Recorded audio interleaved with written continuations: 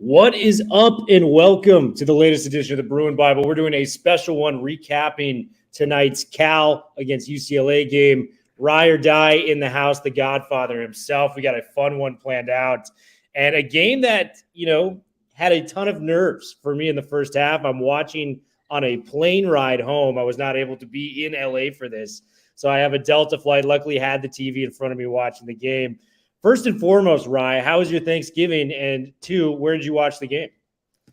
Yeah, I mean, thank God for Delta with the live game action. Touche that. Thanksgiving was great. Spent it over at the brother-in-law's house with all my wife's family. So that's always good. Food was great. Everyone just kind of brings checks off certain things on the list, and we all kind of collaborate and bring it. But it was traditional Thanksgiving with some Mexican flavor, which was always fantastic. And can't complain. Watched the game at home. Was going to actually watch the soccer game, U.S. men's national game early. Had to catch the U.S. tie England, which was a great match, and then got the UCLA game right after, so able to watch the whole thing. But how was your Thanksgiving? I know you were out with family, so good time. It was good, man. Went back to cold Michigan. There was snow all over the ground when I got there, but just good to see some family. Haven't seen some extended family in some time, so that was great. Thanksgiving was great. Today was great. The Bruins got a win. Let's dive right into it, man. The big thing for me was I felt the nerves in the first half. We get the touchdown on the second drive of the game, a nice Jake Bobo little end zone route. Beautiful move from Bobo to get in the end zone. Guy is a wizard at getting open within the red zone area. But what really started to make me nervous was the first missed field goal by Barmira, and then it just kind of imploded a little bit for UCLA. We saw, the fake punt go for Cal where they picked up the first down. We saw us in the red zone. We were 4th and goal at the 1. We tried to, hike the ball. It was a, false start. So we pushed them back even more. And then the secondary was just playing horribly, as well as some terrible penalty calls all around. Give me your thoughts on how nervous you were in the first half, given that this Cal team came out and was ready to play. Jack Plummer was throwing some dimes out there in the first half all over the football field at Memorial Stadium. Yeah, I had kind of mixed emotions because, I knew this game would be tight regardless of record. This is a rivalry game. Two of these staple UC schools, then obviously everything going on outside of the gridiron with UCLA leaving the Big Ten, and Cal is the big driver in those UC Regent meetings trying to block this move. So there's obviously bad blood there. And it seems like, Cal's kind of an odd team anyway this year. I know they're 4-8, but they've been competitive, but they've had like horrible losses to Colorado, but they took USC to the brink. So I guess it's just these SoCal teams they definitely get up for and play against. But to answer your question, when the halftime hit, I wasn't nervous at all because I was like, all right, this is a game UCLA should win. They're the better team. They came out a little slow, hopefully correct mistakes. And then I started thinking more about it as like the 10-minute halftime goes. I'm like, well, that's how I felt about the Arizona game. And they could just never actually get fully on track and really clamp down. So, but it was definitely happy that they got that, beautiful drive to end the half in 20 seconds or whatever that was. They moved down the field, DTR doing it with his arm and his legs. And then when they were able to come out of the half and score right away again, I was like, okay, they were able to do what they weren't able to do in the Arizona game, where they had that 2-for-1 opportunity in the Arizona game and they got 0 out of it with a missed field goal and then a 3-and-out or whatever. They doubled up in this game, getting the 2-for-1. And then that's when I was like, okay, I think they'll handle business, but definitely didn't love seeing Cal in it that much throughout the entire game. That's for sure. Yeah, and an offense that has struggled all throughout this year. And I think that's just a credit to just the secondary. And I came into this year expecting big things from the secondary, with senior leadership back there, the Mo Oslings, the Stephen Blaylocks, the talented transfers in there, on paper, and a ZZ Hearn, a Jalen Davies. And Davies did make a play in his respect, but, we saw ZZ Hearn struggle out there today, specifically targeted on the outside. The safeties weren't providing much help in the background. And coming into this game, Rye, we were 117th out of 131 teams in passing defense. It looked like it got a little bit worse coming out of this game. As UCLA fans, are we just supposed to accept that we will never have a pass defense with the Bruins? Because this has been Chip's Achilles heel, since he has pretty much arrived on campus at Westwood. We've switched out, coaching staff. Granted, Brian Norwood is still the secondary coach, to the much of the dismay from UCLA fans. But we got a new system in there. We got new coaches. It's just not coming to fruition. Give me your take on the secondary, right? Yeah, I mean, they've got some talent back there, obviously, right? I mean, Blaylock's been a safety for about 25 years, it feels like, in Westwood. Obviously, Devin Kirkwick, who's been a little banged up, but definitely a high talent. Azizi Hearn's got some good skill sets. So I thought this year we'd see a vast improvement with a somewhat of a scheme change going from Azanero to Bill McGovern. And obviously you said still the same secondary coach, but I thought there'd be some scheme shifts. And I feel like throughout the season, we've seen some improved times. It's just never been consistent. And it seems like whenever teams had to throw the ball, so like UCLA got up to a lead, like specifically against Washington and against Arizona State, then it's like the secondary just imploded and the other opposing offense could do whatever they wanted through the air. So I don't know if it's a skill issue, just don't have quite the talent on that end. I don't know if it's a scheme issue. I don't know if it's a fundamental issue. I don't know if it's a Chip, just the head coach, even though he doesn't coach defense. It's just what's going to happen when he's the coach. I really don't know what to put my finger on. What do you think? How do they just need to go out and get better players, or is it just coaching? It's a great question. I think schematically they've got to change some things up. They got to get new coaches in there. Even with, the firing of Azanero, the punchline we had in January was McGovern was almost like Azanero's like mentor when it came to coaching. So we're getting a very similar system. And, the definition of insanity is doing something over and over again and expecting different results in the same manner. It's proven at this point that the secondary is just not getting better. I think we have to make a decision come this offseason. And Brian Norwood would be my choice. I think he's been a very respectable person. I think he's been awesome towards the media as a secondary coach. But when someone's just not doing their job correctly, you got to make changes. And I feel that with Brian Norwood moving forward with that. So that was an issue. But you made a really good point. When it was 21-10, I'm on the plane. I'm sweating bullets, right? I mean, it's less than a minute left in the first half. UCLA has, 3 timeouts. And I'd really have to go back and find a more impressive DTR drive, that really defined what this team was all about this year. And down 21-10, just hits a quick couple of throws over the middle. Isaiah Norwood had a huge play over the middle to, push it into the inside the 30. DTR eventually runs it in from 19 yards. But that was as pro-ready as I've seen DTR have. And, he had his post-game press conference tonight where he alluded to the fact that he may sit out the bowl game because he wants to be healthy come the NFL draft and Senior Bowl, things of that nature. Do you see him being a serious contender to play football at the next level? Yeah, first of all, it's unfortunate when you see, and obviously different pressure situation. It's the end of the half, not the game, but you see that drive and you're like, man, if DTR could have just done that against Arizona or against USC, we could be singing, potentially a Pac-12 title game on the horizon here instead, just because that's what he did in that half. If he would have done that in those games, those are 2 wins. And this is a 10-1 football team or 11-1 football team right now, potentially. So that's unfortunate, but I don't know. The competitor in him, it'd be hard for me to see him not play in this game, in this, bowl game. And I know we'd want to go out with a 10-win season, tying the most ever for a UCLA program. The agent in me, which I'm not an agent, but if I was an agent, I would absolutely say, yeah, there's literally no reason for you to play here. You've broken essentially every UCLA record in the regular season and whatnot. You've done everything you can. You got this team to a 9-win season, got him to a bowl game. I personally think he'll play, just knowing who he is and his competitive nature. I can't see Zach Charbonnet playing just because of the position style he plays a little different, which I'm sure maybe we'll get to, but I would think DTR plays, right? Especially if it's in Vegas. If they're in the Vegas Bowl and he gets to play in front of his hometown, being from Bishop Gorman, I can't see him not playing, right? Yeah, if it's the Vegas Bowl, I mean, come on, man. You are the Vegas kid in college football right now. You got to go out and deliver on that. And, Charbonnet is a whole different conversation for me because I legitimately think if Charbonnet is to reach his ceiling, maybe he's an end of a first-round pick for a team out there. I think this guy, for my money, is the best pro-ready running back coming out for the NFL draft. With Thompson Robinson, as much as we love him as UCLA fans, I see him more as a developmental prospect. So he'd be like a day 3 guy. If you're sitting out for day 3, that's not my thing. If I was a fan of UCLA football, I think you got to lay it out on the line. If Charbonnet is going to leave, because he can be a first rounder, I think that may be the right path for him. But for DTR, I'm not a fan of. Speaking of Charbonnet, another great performance, 24 carries, 119 yards, and a touchdown. The most rushing attempts UCLA had in a game this season coming into today was 45. They rushed the ball right 64 times as a team. They just ran the ball down Cal's throat. We were getting sights of Charbonnet. TJ Harden looked great today, 12 carries, 89 yards, averaging 7.4 yards a clip. Even Colson Yankoff, man. I mean, it was kind of a running joke at the beginning of the season, but this guy, all-purpose back, made a couple catches, 11 carries, 59 yards.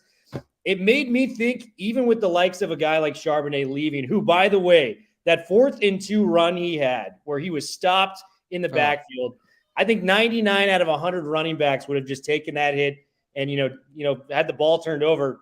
He went up against Scott, the Cal safety, prodded forward, got the first down. Incredible run. Best 2-yard run I've ever seen in my life.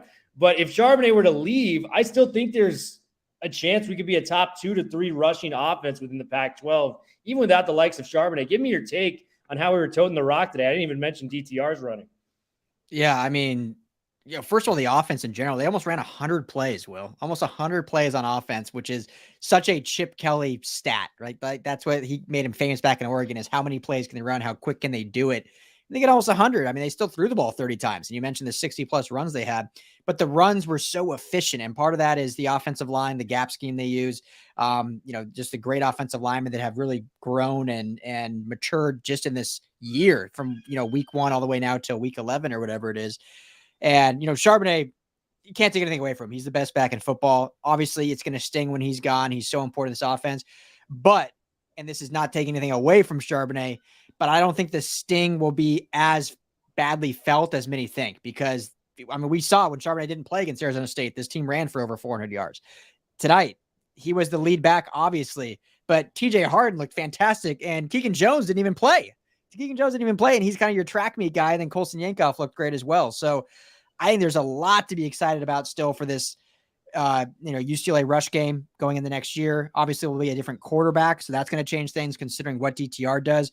But, if a guy like, Justin Martin ends up being your starter, obviously he's a mobile guy as well. I think if Chase Garber's an being a quarterback, probably less mobile, but still at least has that ability to keep the defense honest. He's not definitely going to run like DTR will, but he'll at least keep the defense honest. So I don't think this offense, and this again, no disrespect to DTR Charbonnet, but I don't think it's going to be as badly falling off as people may think on paper by who they're losing. I think there's a lot of good guys coming back, a lot of offensive linemen that will be back. It's really, if they just get the QB position right, the running game is still going to be very, very efficient. You alluded to potentially still top 2 in the conference.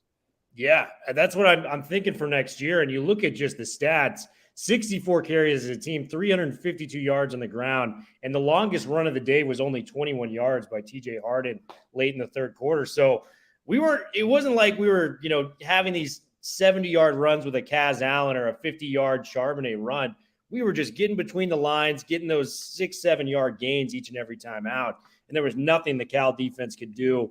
Want to go back to the DTR performance. I thought, the fourth down at the end where he was trying to elude the pressure and tried to hit Charbonnet and extend it. That was a tough situation, but that goes both ways. I think Charbonnet's got to catch that football as well. But I thought, for the most part, he did a phenomenal job of running the offense. And what is his final regular season game as a quarterback for UCLA? 189 yards, a touchdown, and then 14 carries, 88 yards, 2 touchdowns. It's really kind of setting in that this is really going to be the last time, before, after the bowl game, that we're going to see a player like DTR, who's been here for 5 years, right? He's been here before the pandemic. I mean, he's been here since 2018, really before LA Football Network as a whole even was really developing into what it is today. What, in your opinion, does DTR mean to UCLA fans as a whole? Because I think he's a phenomenal winner. Maybe we didn't get to the heights that we thought we were going to reach this year, but just the ability he had and his can't quit attitude he's had all throughout his career is something that UCLA fans will take back with them and, cherish for a long time. Yeah, I hope he goes down as one of the most beloved QBs in UCLA history.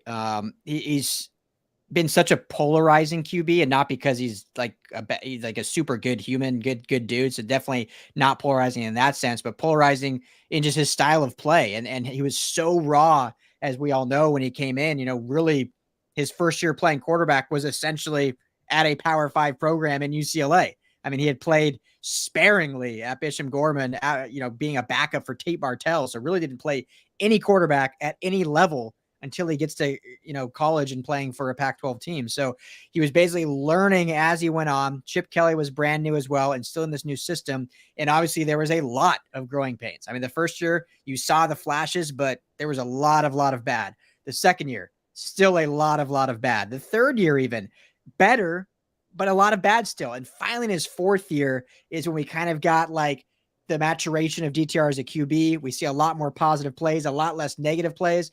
And then this year is where he really kind of put it all together. And I mean, overall, I think he had a fantastic season. Statistically had a great year, very little mistakes. I know there was the 4 turnovers in the USC game, which were obviously very unfortunate. People will point to that, but he also had 6 touchdowns and was the reason why UCLA was even in that game anyway. So very polarizing quarterback. I think that's what people will remember him most for.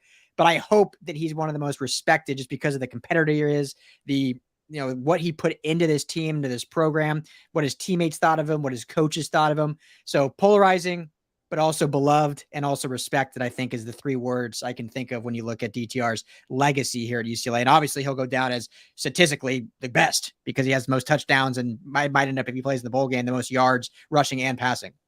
He may own all the records if he plays in the bowl game.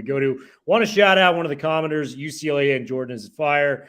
I'm so happy for the Bruins football program and what DTR has done for it. And we'll miss a legend like DTR for a long time and definitely will buy his pro jersey. We will as well, Jordan. Last question I got for you, Rye, before we end this live stream.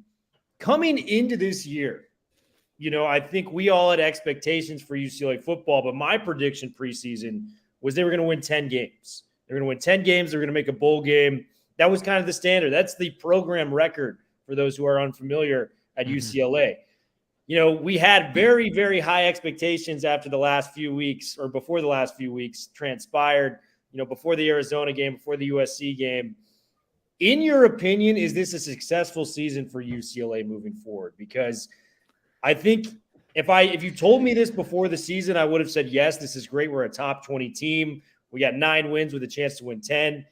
But you look at the circumstances we've had where we were competing for a Pac-12 championship. We're competing, for the likes of maybe sneaking into the top 4 with some victories down the line there. Give me your take, Rye, because I think this is a very polarizing discussion, to use your word, of the UCLA fan base. Well, you said it perfectly in your question. In August, this would have been, I think, a great success. 9-3. You look overall at the losses. You look overall at the wins, beating Utah, beating Washington, being right there at the end of the game against USC, winning against Cal. I think you say, yeah, that's a great game. They had one slip up, blah, blah, blah. But as the season progressed and you kind of felt how special this season was, you saw the potential of what this team can be when they beat Utah by double digits. When they beat Washington, we're leading by, almost 20 plus points until Washington came back a little bit there at the end. The way they competed, the way DTR was playing, the way Charbonnet, at one point, both of them being Heisman candidates. And obviously Charbonnet still a Doak Walker candidate and hopefully will win that. But all that transpired throughout the year, and then ultimately to have the big letdown against Arizona. Because even still, the loss to Oregon, the loss to USC, I think that would be okay because if you can end the year right now at 10-2 going into the bowl game. But that loss to Arizona, it's a singular loss, but at home, what was at stake on the season, being ranked 12th in the country. You win that game, you potentially move into the top 10, hosting USC the very next week with everything in front of you. That is what, to me, will make this season seem as somewhat of a letdown. And it's hard to say that after another win here against Cal and hopefully go on to your bowl game. But because of the way that the team was playing and growing and how, and obviously I think this team can be still very good throughout the years, but obviously with the team across town and USC, that they're going to be probably a top 5 program now as long as Lincoln Riley's going to be there. So this was kind of the year UCLA had a really, really good chance to claim that Pac-12 title and be there either in the Rose Bowl or in the playoff. And to have it taken from you from Arizona, a 4-win team at the time of all times, that is what is so painful. And that is why I think overall, I wouldn't say the season was a full success. Still a very good year. Still the most wins Chip Kelly's had in his tenure, 1 up from last year and potentially 2 up with the bowl game. Still a great statistical season for all these players. But overall, I think it's a little bit of a disappointment just because of how it was going and what could have been. Yeah, totally agree. And, Arizona was the perfect trap game. You had a former UCLA coach in Jed Fish leading a very solid passing attack, which was top 10 in the country at that time. What did we discuss? Which was our Achilles weakness? It's our secondary. So Jaden DeLora spinning the rock, the likes of Jacob Cowing, T-Mac, Dorian Singer, those type of guys. That really was a problem for us. And it was very unfortunate that it happened right before the USC game. But, I'm with you. I think overall, getting to 9 wins, potentially 10 with the bowl game, these are very, very big strides we can take moving forward. But we're always going to think back to that Arizona game like you're thinking. And if we had pulled that one out, there's a real chance we're talking maybe Rose Bowl at the end of the day if that was something that could have been in the cards. My prediction, Will, I think I can't remember if I did it with you on your show, but me and Jamal did it on the LA football show, and this was obviously just the homer in me hoping for the network's sake, but it was in USC UCLA went into that game both with one loss, which is what should have happened. And UCLA won that game to stamp their ticket to the Pac-12 title. Because there's no divisions, something happened where USC ended up getting a rematch in Vegas, and I had USC winning the rematch there to win the title. But that was the hope of having both those teams in it, because it was possible now with no divisions, but obviously didn't happen. It's all good.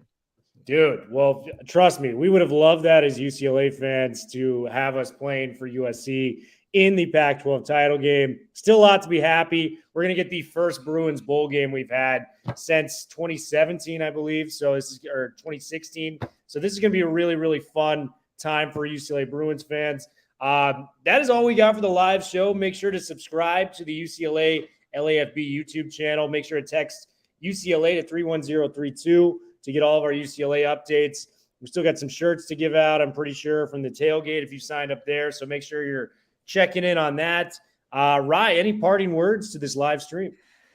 No, sir. Great season overall. I know we were just saying it was a little bit of a disappointment, but hey, 9 wins, still a fight. It's been a blast of a season covering this team. We'll have obviously many, many more and still have the bowl game to cover. And Will, thanks for jumping on, and glad you had a great time with family and are back home safe in sunny SoCal and hopefully de-thawing a little bit here in Los Angeles. Man, it felt so good to get off the plane. We got that nice 60-degree weather back in Los Angeles. You can't beat it. And Bruin Bible, we are officially out of the live stream. Stay tuned for all we got coming to you later this month.